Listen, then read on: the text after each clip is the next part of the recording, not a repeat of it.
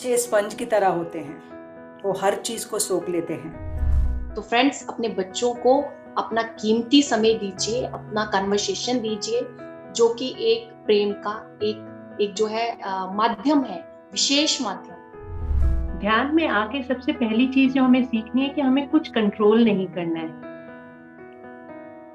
तो बच्चे अपने समय से खुद, जैसे हम अपना एक राइट गोल्डन टाइम था जब हम ध्यान में आए, बच्चे स्वयं ध्यान में आ जाएंगे।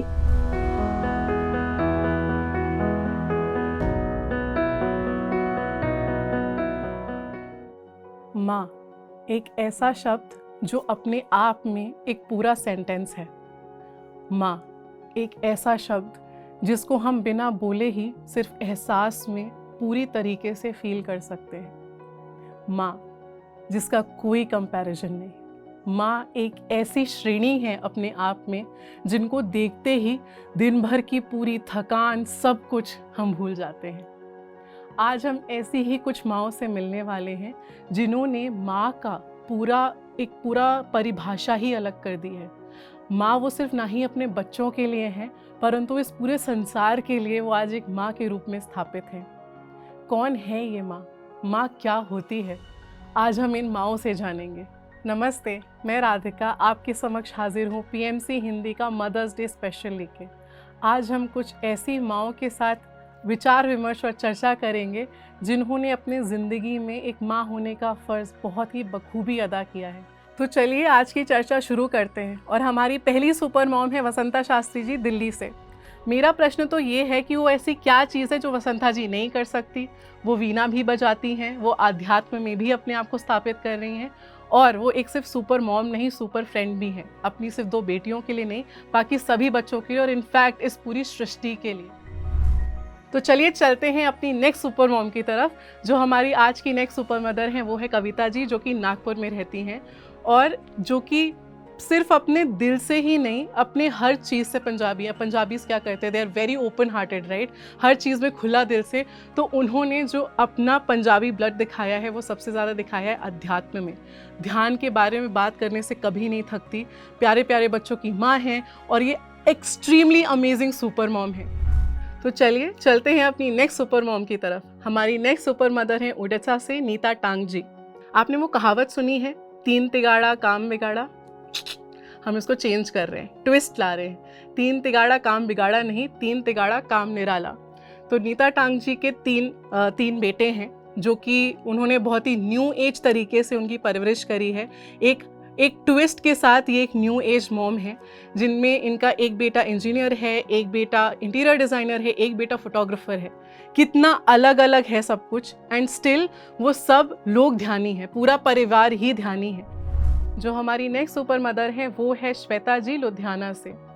कभी आपने दुर्गा जी के पीछे हाथों को देखा है? जितने हाथ उनके पीछे होते हैं ना, कुछ ऐसी ही है हमारी श्वेता जी। एक हाथ से वो अपना पूरा घर संभालती हैं, जॉइंट फैमिली देखती हैं, और दूसरे हाथ से वो पूरे आध्यात्म को लुधियाना में, पंजाब में पहुंचा रही हैं। पंजाब में ध्यान को बढ़ाने वाली, पंजाब में ध्यान को लाने वाली, आज वो लिटिल बुद्धास के माध्यम से सभी छोटे छोटे बच्चों को ध्यान सिखा रही हैं।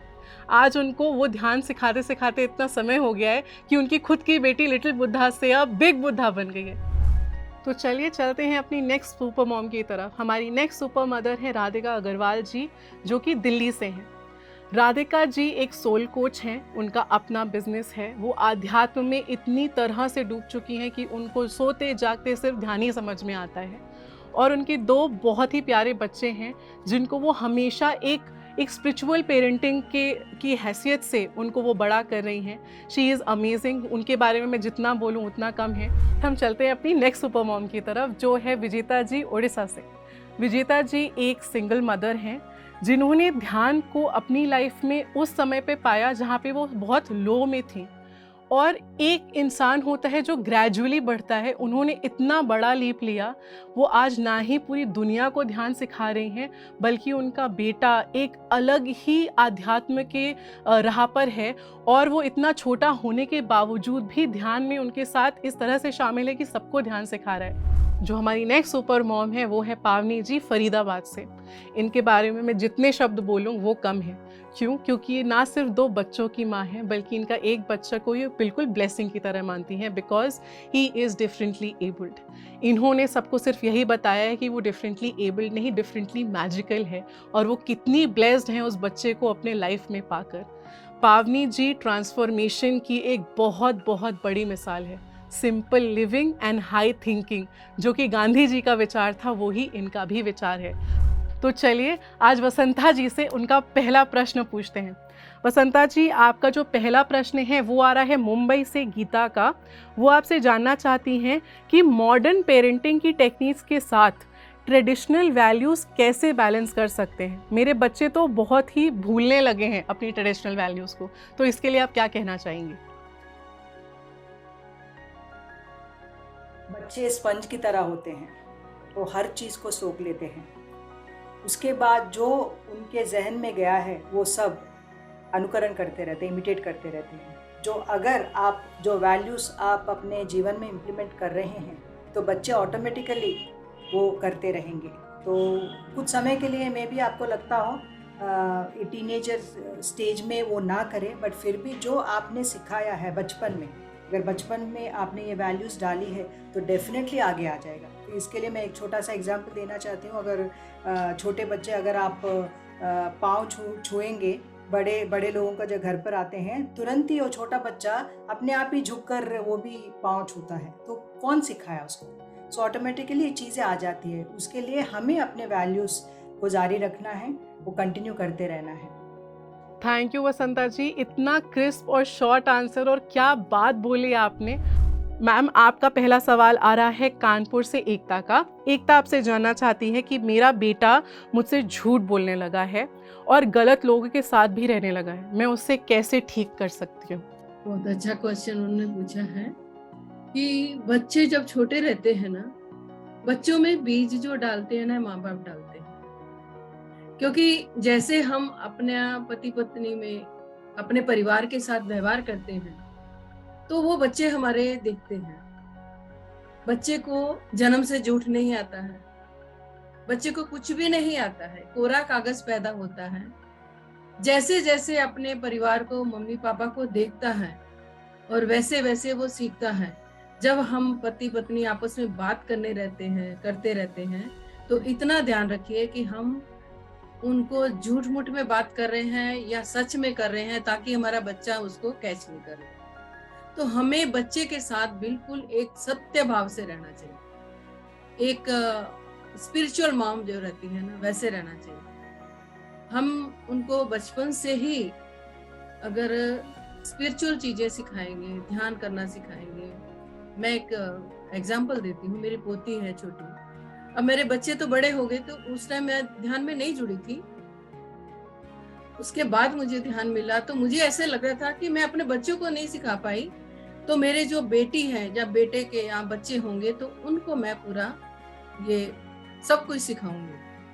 तो जब मेरी पोती हुई तो मैंने उसको गोदी में लेके, यानी 2 दिन की से लेके हमने 2 साल तक दादा दादी ने अपनी गोद में ही रखा उसको, और ध्यान करते थे। जब वो सो जाती थी तो ध्यान हम गोदी में लेके उनको बैठ जाते थे। तो उसके अंदर मतलब ऐसी चीजें 2 साल 3 साल तक तो हमारे घर में कोई बाहर का व्यक्ति आ जाता था, किसी की गोद में नहीं जाती थी। अगर कोई ध्यान नहीं आ जाता था, बिना जानने पहचानने वाला आता था तो उड़ के उसकी गोद में चले जाते थे। तो ये चीज मैंने नोट किया कि मैं उसमें मुझे अच्छा लगा कि जो मैं अपने बच्चों को बचपन में नहीं सिखाई तो मैं अपनी पोती को तो सिखा पाई। लेकिन अभी भी वो बहुत एक्टिव है। अभी जस्सी मैडम के साथ वो जूम सेशन में पूरा वो सेशन ले रही है।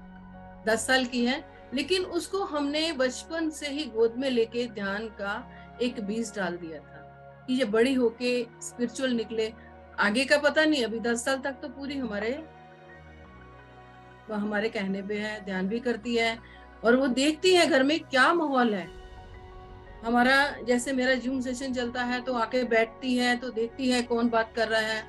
फिर उसके बाद हम लोग अपने सर्वेंट लोगों को लेके बैठते हैं कि ये भी एक ग्रुप है हमारे घर का। जो बच्चा देखता है वो बच्चा सीखता है। बच्चे को कहीं से बाहर कोई सिखाने वाला नहीं है। सिर्फ पहले अपने घर के, परिवार के, माँ बाप उसको सिखा सकते हैं, हर एक चीज सिखा सकते हैं। तो इसलिए मुझे ये बहुत ही अच्छा लगता है कि बच्चों को घर से माँ बाप को अपने सामने जो करते हैं वो बच्चे सीखते हैं। धन्यवाद कविता जी, बहुत ही उम्दा आपने इस प्रश्न का उत्तर दिया कि जो हम व्यवहार अपना रखते हैं वही बच्चे देखकर सीखते हैं। तो आई होप एकता आपको अपने प्रश्न का उत्तर ज़रूर मिला होगा। तो चलिए नीता जी से आज पहला उनका प्रश्न पूछते हैं। तो नीता जी, आपका पहला सवाल आ रहा है गुजरात से कनिका का।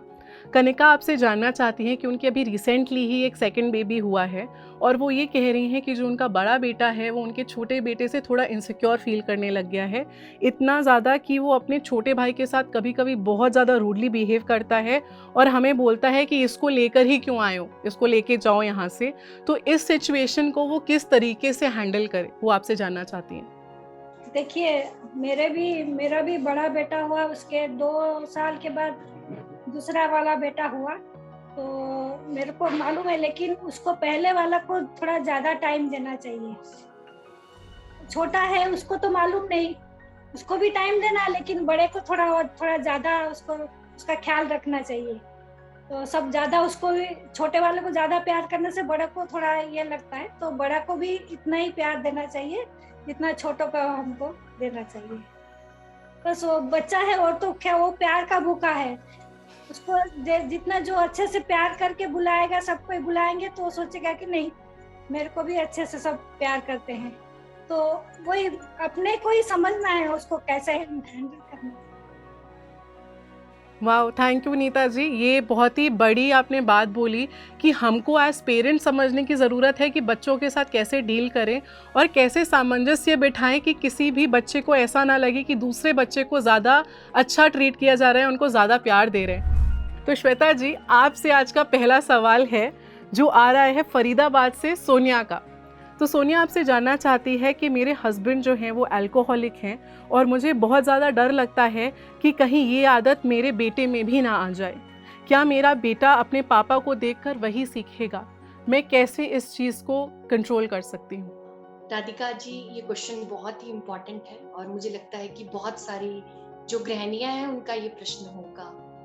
देखिए फ्रेंड्स, मैं यहाँ पर एक बात कहना चाहूंगी, हमें इनसिक्योरिटी को अपने अंदर नहीं अनुभव करना, क्योंकि बच्चे हमारे साथ एक ऊर्जा के सूत्र में बंधे हुए हैं। अगर आपके हस्बैंड की हैबिट ऐसी है तो आपने ये बिल्कुल भी इनसिक्योरिटी नहीं करनी कि वो अवगुण आपके बच्चे के अंदर जाएगा।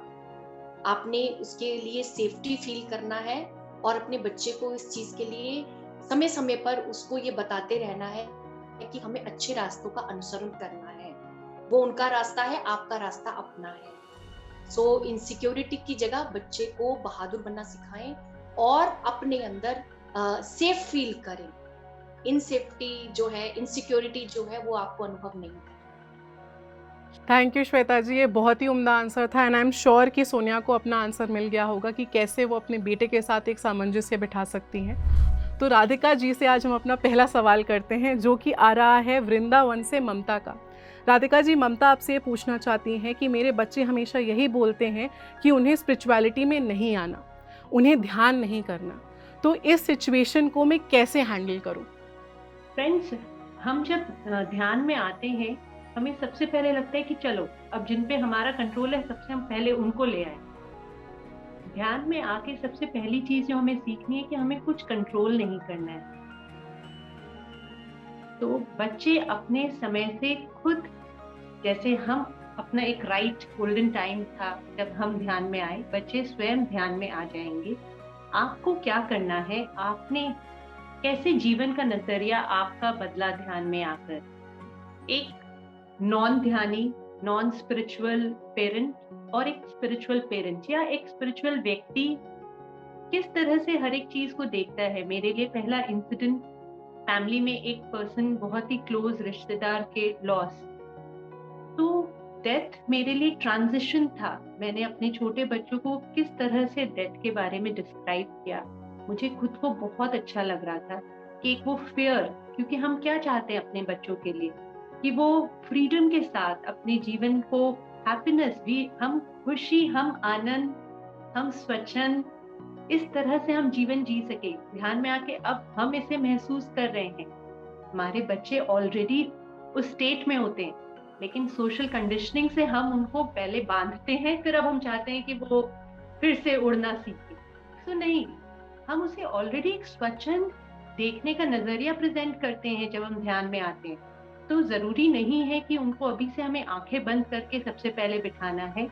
आप अपने स्वच्छंद विचारों को, आपने जो सीखा, आपने जो समझा एक विचारधारा, वो आप उनके साथ शेयर करिए।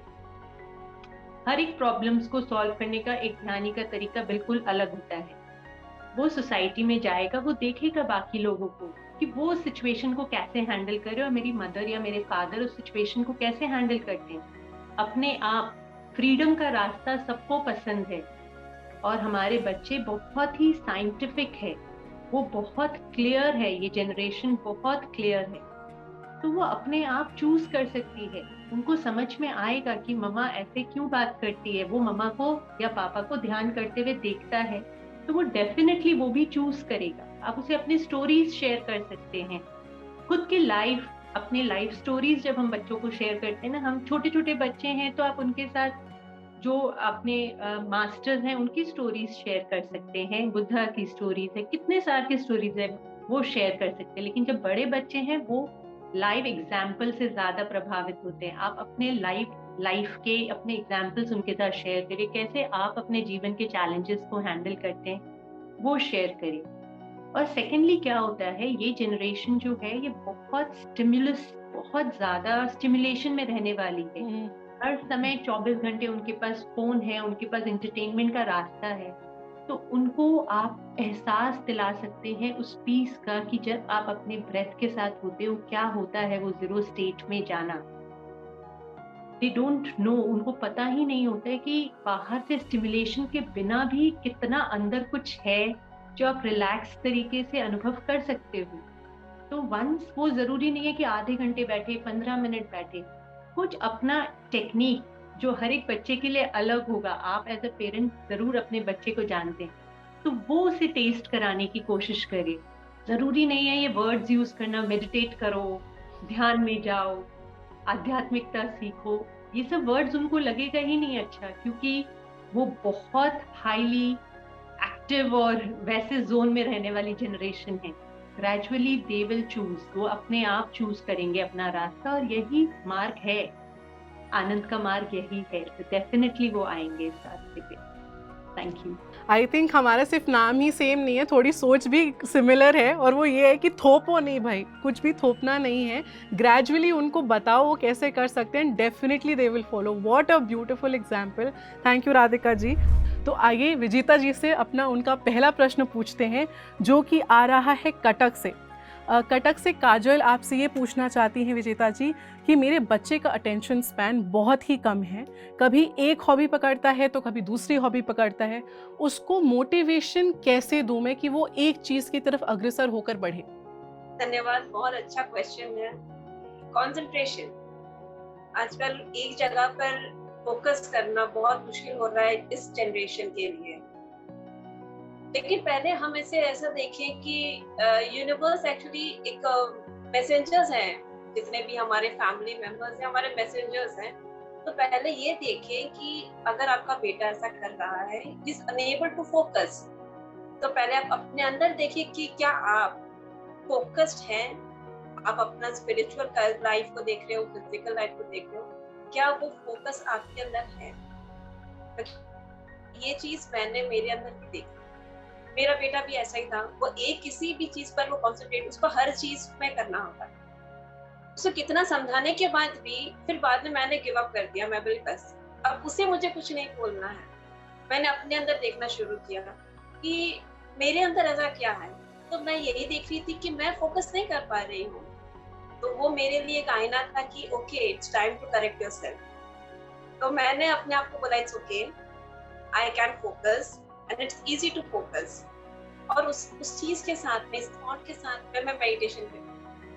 तो ग्रेजुअली रिपल इफेक्ट, वो वाइब्रेशंस वैसे क्रिएट हुई कि ग्रेजुअली उसमें चेंजेस आने लग गए। हमारे बच्चे हमारे ही आउटपुट है, तो हमारे अंदर चेंजेस उनमें भी चेंजेस लाता है। जब आप जिस चीज को आप मास्टरली कर लेते हो, उसके बाद आप बताते हो, तो उसका इम्पैक्ट इमीडिएट आता है, फिर वो आपके बच्चे हो या कोई भी। तो इस तरह से मेरी लाइफ में भी ये था, जो इस तरह से सॉर्ट आउट हुआ। और हम एक चीज, हम अपने अंदर भी एक थॉट क्रिएट करें कि यस, मेरे बच्चे का जो, उसको जो रियल पैशन है, हमें रिस्पेक्ट करना है हर एक इंसान की लाइफ डिजाइन का। ये उसका डिजाइन है कि वो बहुत सारे हॉबीज में होने के बाद वो अपना पैशन में जाएगा, तो we should respect his life design उसको। और हम यही सोचे कि यस, उसका जो रियल पैशन है उसको मिल गया है, एंड विद कंप्लीट लव उस चीज के लिए हम सब उसको सब हेल्प कर रहे हैं, चीजें अपने आप सॉर्ट आउट हो जाएंगी सबके साथ। थैंक यू विजेता जी इतने उम्दा उत्तर के लिए।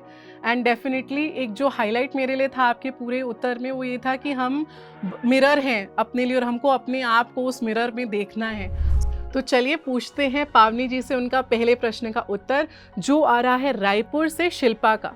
पावनी जी, शिल्पा आपसे ये जानना चाहती हैं कि जब आपके बच्चों को स्कूल में बुली करा जाए या तो उस सिचुएशन में आप कैसे अपने बच्चे को ये समझा सकते हो कि आपको स्ट्रॉन्ग रहना है, स्टेबल रहना है, और कैसे सिचुएशन से बाहर निकाल सकते हो? Over to you Pavani ji.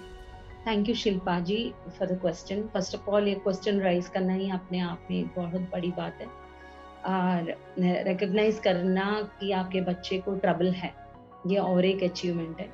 And या एज पेरेंट्स हमको कीनली कनेक्टेड रहना है कि बच्चा किस दौर से गुजर रहा है, एंड ये बच्चा आपको बता पाया, ये अपने आप में आपकी जीत है कि वो कम्युनिकेट कर पाया आपसे। तो हम लगातार बच्चों के साथ कम्युनिकेट करना, फ्रेंडली रैपो रखना, एक वननेस फीलिंग लेके आना, ये बहुत ज़रूरी है।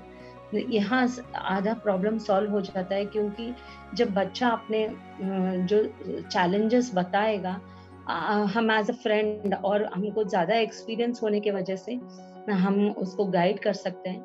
एंड जब एक फ्रेंडली एटमॉस्फेयर घर में है तो उतना ज़्यादा बच्चे को इफेक्ट नहीं होगा, क्योंकि हम वो सेल्फ एस्टीम जो है हम यहाँ घर में वो प्रोवाइड कर रहे हैं, उसका रियल आइडेंटिटी हम हमेशा बरकरार रख रहे हैं, बिकॉज हम मेडिटेशन कर रहे हैं और हम उसके साथ फ्रेंडशिप में हैं और कंपैशन के साथ, जैसा सभी मास्टर्स बोल रहे हैं कि कंपैशन के साथ, काइंडनेस के साथ रहना, तो ये अपने आप में बच्चे को एक इंडिविजुअलिटी देती है। तो वहाँ जाके स्कूल में ये जब कन्फ्रंट करता है बुलिंग, सो कहीं ना कहीं ये फाउंडेशन बन जाता है कि वो बेवर ना हो जाए। और हाँ, बच्चे हैं, ये प्रोन हो जाते हैं, तो उसके लिए बहुत ज़्यादा इंटेंस है, तो हमको स्कूल में भी जाके थोड़ा सा फ्रेंडली वे में बात करना। बट सबसे ज़्यादा मैं ये विश्वास करती हूँ कि जो बुली करने वाले बच्चे भी हमारे ही बच्चे हैं, कोई अलग नहीं है। इस पर्सपेक्टिव से जब हम हैंडल करेंगे तो जल्दी चीज़ें सॉर्ट आउट होगी।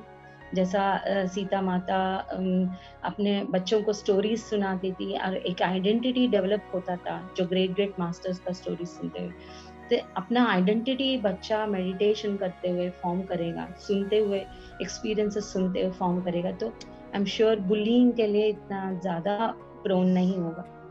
फिर भी we should keep a watch and वो फ्रेंडली रैपो रखना चाहिए। Thank you so much. आपने कितना अमेजिंग आंसर दिया कि उस बच्चे को भी जो बुली कर रहा है उसको भी अपने बच्चे की ही तरह देखना है, और कैसे हम एकत्व भाव में आकर सब चीज़ को सॉर्ट आउट कर सकते हैं। वेरी सिंपल और बहुत ही प्यारा आंसर, उसको देने के लिए धन्यवाद। मैं आपसे आपका दूसरा प्रश्न पूछूंगी, जो आ रहा है बिहार से आकांक्षा का। आकांक्षा जानना चाहती हैं, मेरे बच्चे कुछ खाते ही नहीं हैं, उन्हें हर वक्त बाहर का खाना ही पसंद आता है, जिस वजह से वो बहुत जल्दी बीमार भी हो जाते हैं। उन्हें कैसे घर के खाने की आदत डालूं?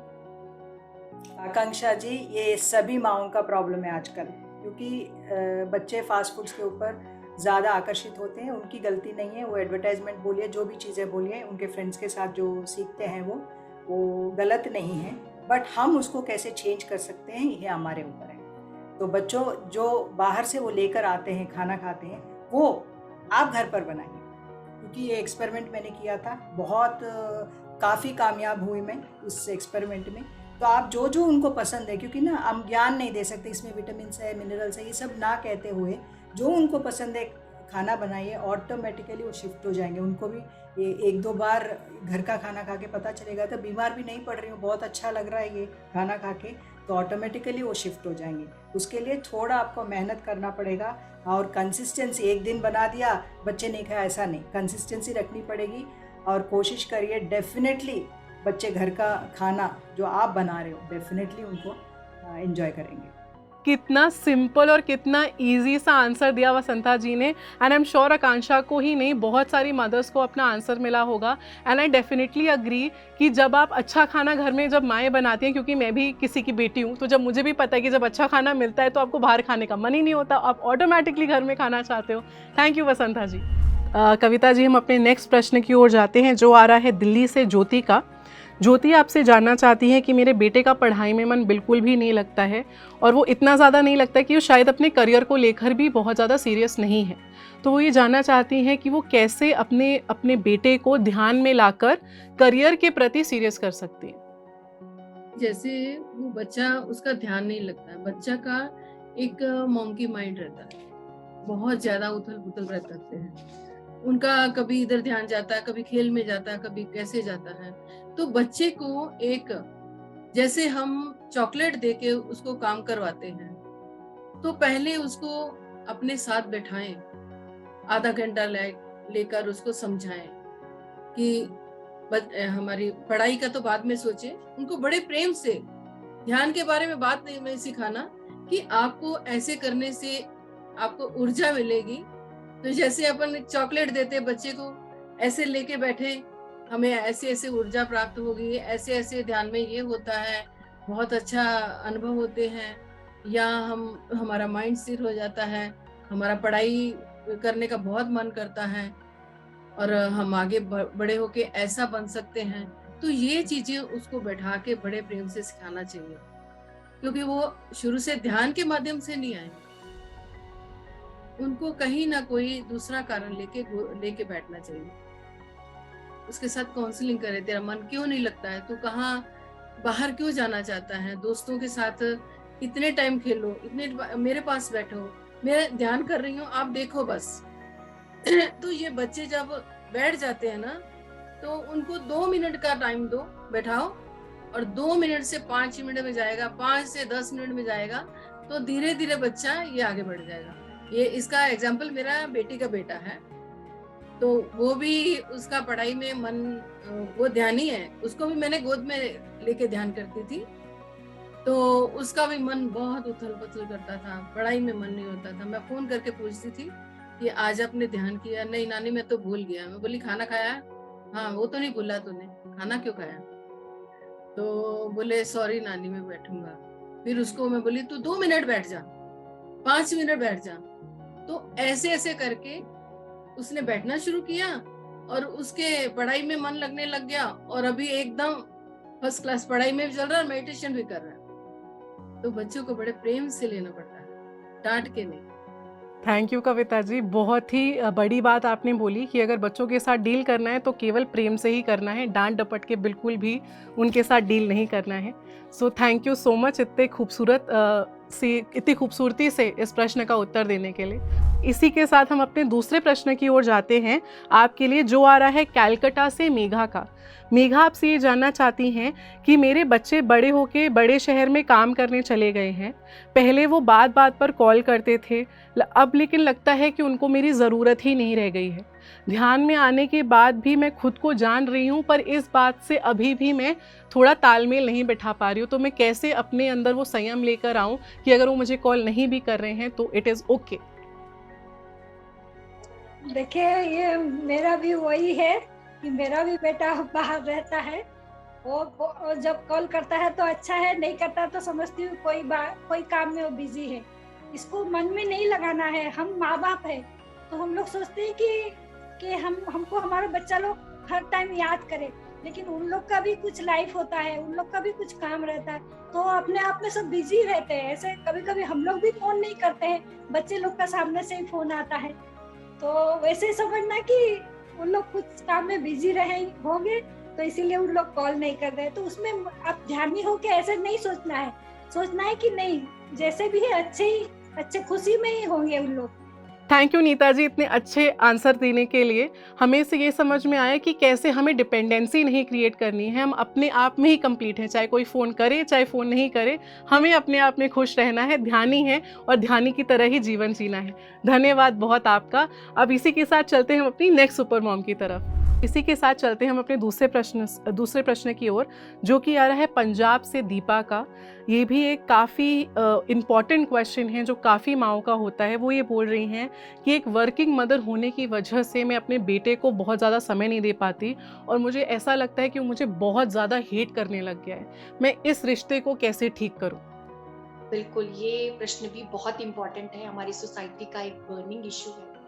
देखिए फ्रेंड्स, हमें अपने बच्चों को टाइम देना बहुत इम्पोर्टेंट। आप चाहे वर्किंग है या हाउसवाइफ है, अपने बच्चे को जरूर समय दीजिए।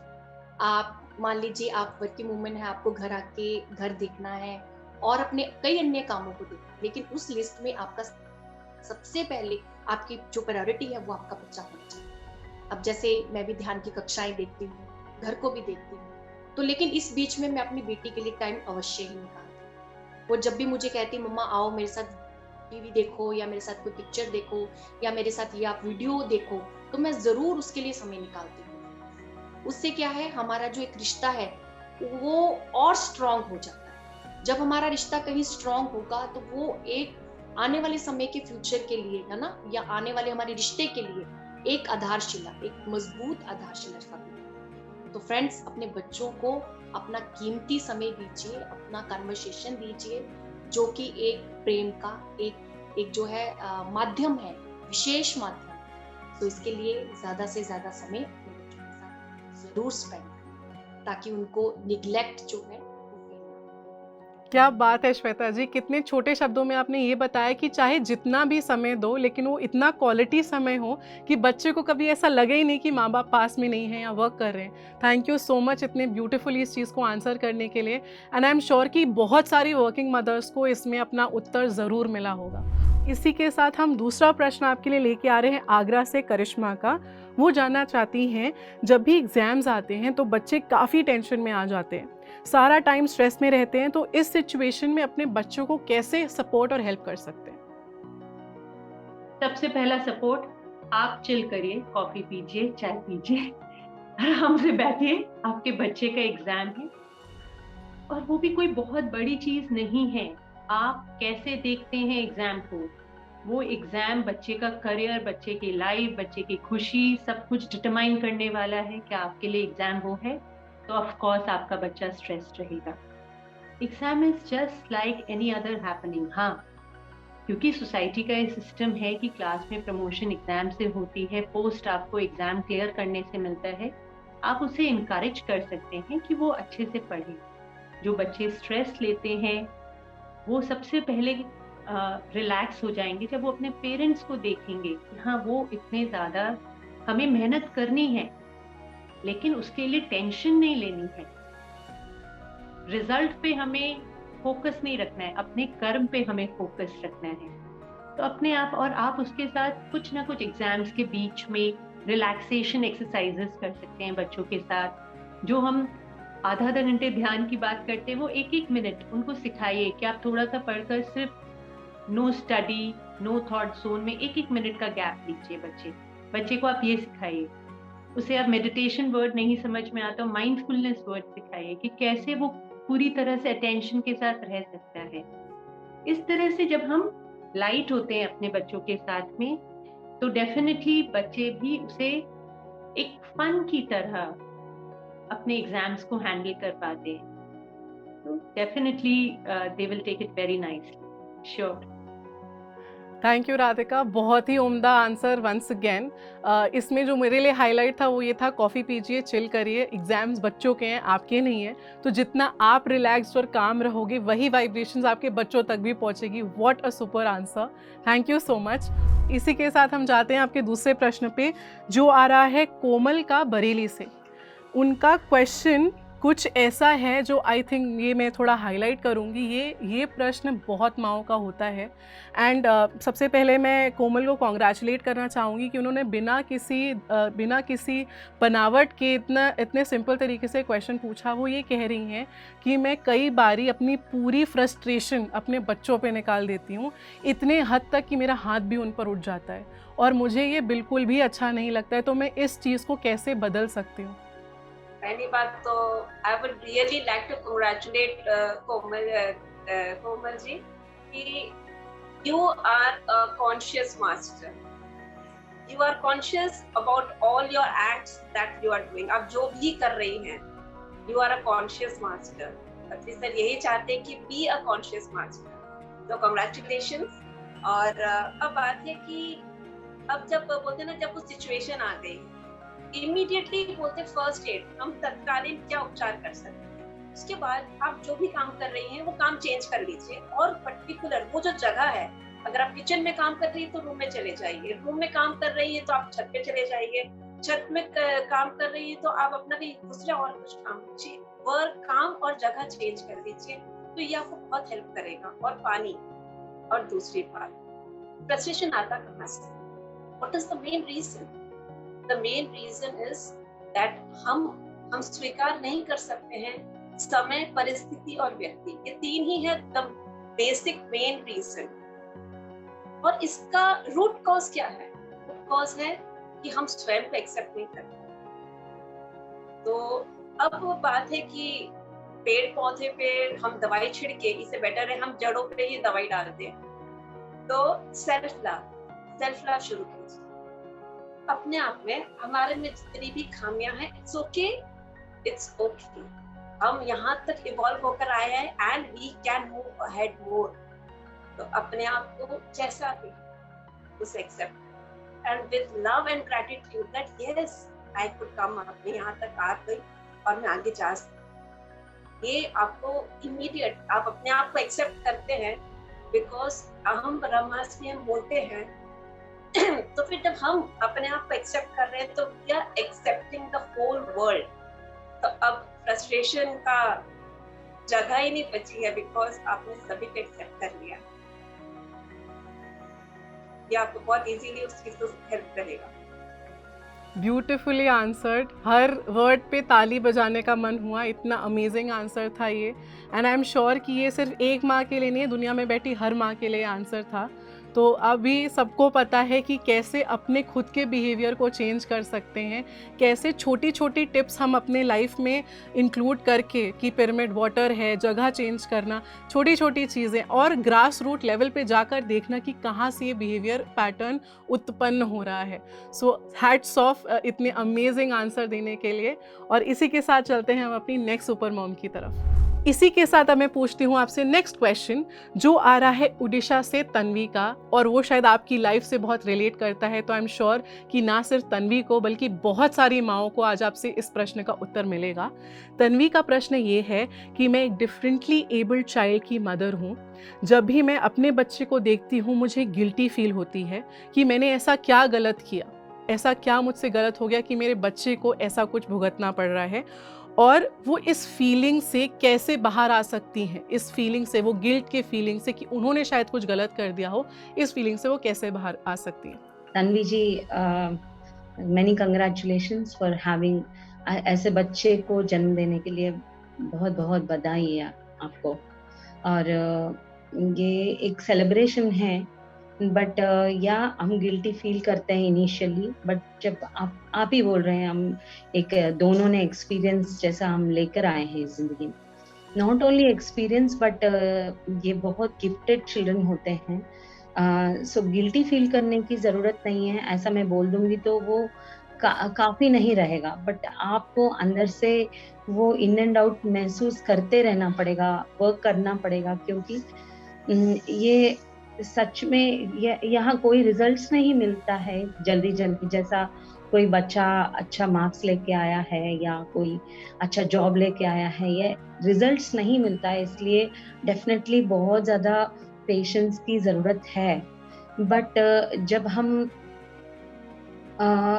एक स्पिरिचुअल मदर जैसा रेस करने के लिए ग्रो करने के लिए कोशिश करेंगे, मतलब आप अपने बच्चे के लिए ही नहीं पर आप ऐसे बच्चों के माओं को भी एक इंस्पिरेशन जैसा आप बन जाओगे, तो आपको काफी रिलीफ मिलेगा, क्योंकि एक यूनिवर्सल पर्सपेक्टिव जल्दी लेकर आएंगे तो आपके लिए और आपके बच्चे के लिए दोनों के लिए बहुत कीमती रहेगा। क्योंकि ये बच्चे हम जो देखते हैं वो बाह्य तरीके से वो ऐसे बच्चे नहीं है, वो ग्रेट ग्रेट ग्रैंड मास्टर्स है।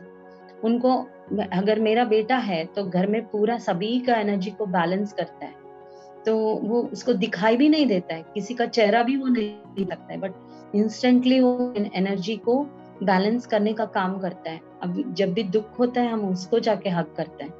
तो इतना ग्रेट ग्रैंड मास्टर आपके साथ है तो आप इजीली ही बाहर आ जाओगे। एंड ऐसे ग्रैंड मास्टर्स चाहते हैं कि आप उनके मदर सभी के मदर बने, तो आपको गिल्टी फील करने की जरूरत नहीं है। ये वर्ड्स है बट या यू विल फील इट।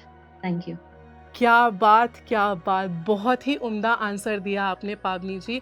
ये बिल्कुल सत्य बात है कि जब हम ऐसे बच्चों को ब्लेसिंग की तरह देखते हैं और हम कैसे हर चीज़ को एक ध्यानी होकर एक बहुत ही राइट माइंडसेट से देख सकते हैं, आई थिंक यही आज की ज़रूरत है।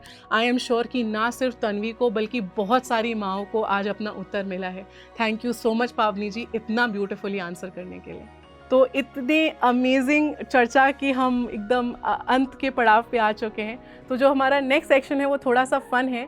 इसमें मैं सभी माँओं को एक बहुत ही प्यारा सा जेस्चर करने के लिए बोलूँगी इस वर्ल्ड के सभी बच्चों के लिए, कि कैसे उनको ये समझ में आए कि वो बहुत लव्ड हैं, वो बहुत उनको सब बहुत ज़्यादा प्यार करते हैं, उनमें कोई कमी नहीं है, कोई त्रुटि नहीं है, वो जैसे हैं वो वैसे ही बहुत अच्छे हैं। So over to you mothers, please उनके लिए एक वो प्यारा जेस्चर सभी लोग अभी करके बताइए।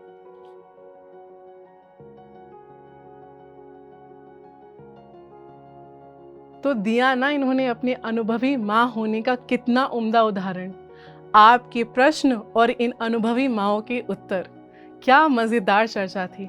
आप सभी माँओं को हमारा तहे दिल से बहुत बहुत शुक्रिया अपने सवालों को इतना सुंदर तरीके से हम तक भेजने के लिए। और इन सभी सुपर मॉम्स का बहुत बहुत धन्यवाद कि कितने परिपूर्ण तरीके से हर प्रश्न का इन्होंने इतना सटीक उत्तर दिया। ना कोई बनावट, ना कोई मिलावट। That is what we are, that is what PMC Hindi is. तो मैं राधिका आप सभी से विदा लेती हूँ PMC हिंदी के मदर्स डे स्पेशल से। फिर मिलेंगे। PMC हिंदी को ज़रूर सब्सक्राइब करिए, लाइक करिए और सभी को इसके बारे में बताइए। नमस्ते।